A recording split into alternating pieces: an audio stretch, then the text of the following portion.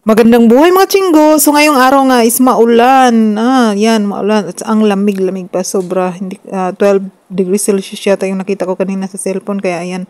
Sobrang lamig, guys, as in. So dahil malamig ngayon, hindi kami magliligo ni Lolo. So guys, magbabath. Anong tawag dito? Bed bath kami. So punas-punas lang muna kami, guys, kasi nga siya lang pala punas-punas. So ngayon, araw na to, I try to maligo kasi 4 days na ako maligo. Oh, bakit ba? Ano bang pakialam niyo kung 4 days na ako hindi naliligo? Nagpupunas-punas naman ako ng katawan ko. Joke lang.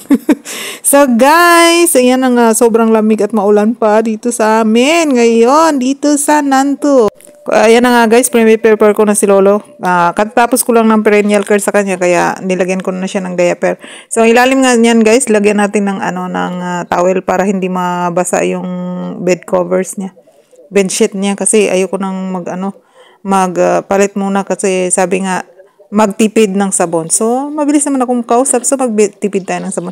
Yung maligamgam na tubig pala guys, nilagyan ko ng nilagyan ko ng alcohol kasi may dala akong alcohol para mabango si Lolo at saka nakukuha yung mga dyan, mga bacteria. Bacteria V talaga. B yung bacteria, di ba? Yan, punas-punas muna, punas-punasan natin si Lolo. Mas nakakapagod yung maganito magpunas-punas guys, kaysa maligo siya, kaysa pagliguan. Kasi pagliguan mo siya, ang bilis lang ng sabunan mo siya. Pag ganito kasi parang nahihirapan akong magpunas-punasan sa kanya. Pero dahil wala tayong choice ngayon, punas-punas muna tayo kasi sobrang lamig. Ayoko naman na lamigin siya si Lolo kasi iniiwasan namin yung magkaroon siya ng cold. So, kaya guys, kasi mabilis lang si Lolo magkakasakit. Minsan nga, pag lumabas kami, tapos ang lamig-lamig, hindi ko mapasok agad siya. Nilalagnat na siya. Pero hindi naman yung super lagnat talaga, lang. Yung parang mainit lang siya ng bahagya. Bahagya, it's not bahagya. So, ayan na nga guys. Lalagyan ko muna sana siya ng medyas. Kaso, meron ako nakitang parang, ano bang tawag dun yung parang kati-kati ba? Na lagi siyang may ganyan kasi nga sobrang nipis na ng kanyang skin. Wala na yung mga kubal-kubal niya. Ano ba yung kubal? Ano yung kubal? Nakalimutan ko yung kubal sa Tagalog. Basta yung kubal ba? Yun. Kaya nilagyan ko muna ng cream. So, dito na naman tayo sa upper body niya. So, hindi lumalabas yung mainit na tubig sa gripo. Kaya nag-init ako ng tubig at nilagay ko dyan sa para sa kanyang upper body. Kasi, ewan ko ba? Ang tagal ang tagal lumabas ng tubig. Mga isang drum na yata yung napagligo ko, nabuhos ko. Hindi pa rin lumabas yung tubig na mainit. Kaya, mag-init na lang ako sa heater namin. Kaya ayan guys, so punas-punas lang tayo, punas-punasan mo lang siya para mabango. Wala naman, di naman yan si Lolo. Sa oil lang na minamasahe ko siya is yan lang yung nag-aamoy sa kanya. For in fairness sa Lolo ko, ang bango niya. Siyempre, ako yung alaga sa kanya. At saka hindi mabaho yung hininga niya. In fairness, mabango siya kasi alagang-alaga yan si Lolo. Kaya kailangan kong may pantakip dyan guys kasi ganyan talaga ang pantakip kasi nagsasabi yan siya na equeba or tequeba nilalamig pala siya kaya binibilisan ko yung ko dyan pero naka-under naman yung aircon namin na heater kaya okay lang yan. So yan guys, punas-punas tayo kasi nga kami lang dalawa dito ngayon ni Lolo at saka hindi kami lumabas, hindi rin talaga ako lumabas, andun lang sa tingin-tingin lang ako dun sa taas kanina kasi nga kumuha ako ng damit ko kasi maligo ako after ko nito kay Lolo, maliligo ako. Kaya pinaandar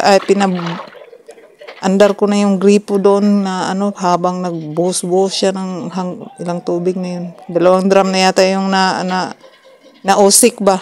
O hindi pa rin lumabas yung init, bahala ka dyan. Wala akong choice, hindi ako makapag-save ng tubig dahil nga malamig ngayon. So ayan guys, punas-punas. So sa mga gustong mag-apply dito guys, hindi ko alam kung mabilis na ngayon kasi ang alam ko sa akin kasi sa experience ko, sobrang tagal ko, mga 8 months ako bago nakalis. Pero dapat 7 months lang ako makalis nung pa-visa na ako lumagapak yung yung mga requirements ko kasi nakita nga na mayroon akong mali sa aking marriage contract. So, ayun, bumalik na naman ako 1 buwan bago ako nakaalis. So, yan guys. Tapos na. Mabango na yung lola ka. Ang bango-bango na ni lola. Ayan. So, balik tayo sa mga gustong mag-apply dito guys. Hindi madali yung trabaho na isang caregiver ha. Tandaan nyo, hindi madali, mabigat. Kailangan ng pasensya kasi depende sa aalagaan mo. Kaya kung gusto mo talagang mag-apply, pupunta ka sa aking agency dyan sa Melacom Global Services at hanapin nyo si Ma'am Rich. Yan guys. Yan, pinunasan ko na yung, yung mukha niya. So, bagong tubig yan guys ha. Hindi ko na nilagyan ng, ng alcohol. Yan, punas-punas. Ayan. Yan lang. Okay na yan, lolo. Okay na yan, lolo. Ayan. Tapos sumagot siya sa akin kanina. Ano ba yung sinanong ko sa kanya? Nagugutom ka? Pagkatapos pala niyan, sinabi ko sa kanya, nagugutom ka? Sabi niya, oo. Pero hindi ko siya pinakain kasi hindi pa yung kain niya. Pinainom ko lang siya ng tubig na may honey. Ayan, guys. Tapos na. So, ayan na guys, tapos na pinunasan si Lolo. Ito naman yung merienda ni Lolo. I-prepare natin ang kanyang merienda. So, papaya shake ang ibibigay natin ngayon kasi sabi niyo, bossing kahapon, ito yung ibibigay ko sa kanya kasi pinrepare na niya yan. So, mainit na tubig yung nilagay ko guys para hindi malamig yung kasi malamig yung papaya eh. Tsaka nilagyan ko ng honey. Kunti lang dapat yung honey po, nabuhos na naman kaya ayan na guys. So, ayun lang. Bilis lang, yan. Papainumin ko na yan sa kanya. Pag matamis yan, ang bilis ni Lolo ngumanga. Mabilis yan uminom. So, yan na guys. Thank you so much for watching. And this is Darling Vlogs. Please don't forget to like, share, and subscribe to my... follow pala dito sa Facebook. So, zaijian! Bye-bye! See you tomorrow!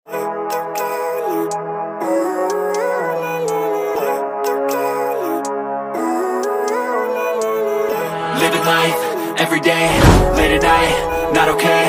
All I want, and I pray, all I need are some better days. Fuck me, I'm looking in the mirror, so foggy, but I've never seen clearer. I don't really think anyone can save me, and honestly I'm not really sure I want saving. I like to be my own worst enemy. There's no risk if you don't try at anything, so I'ma just keep buying everything. See you in the next life, have to be a better me. I don't think that my head's on straight.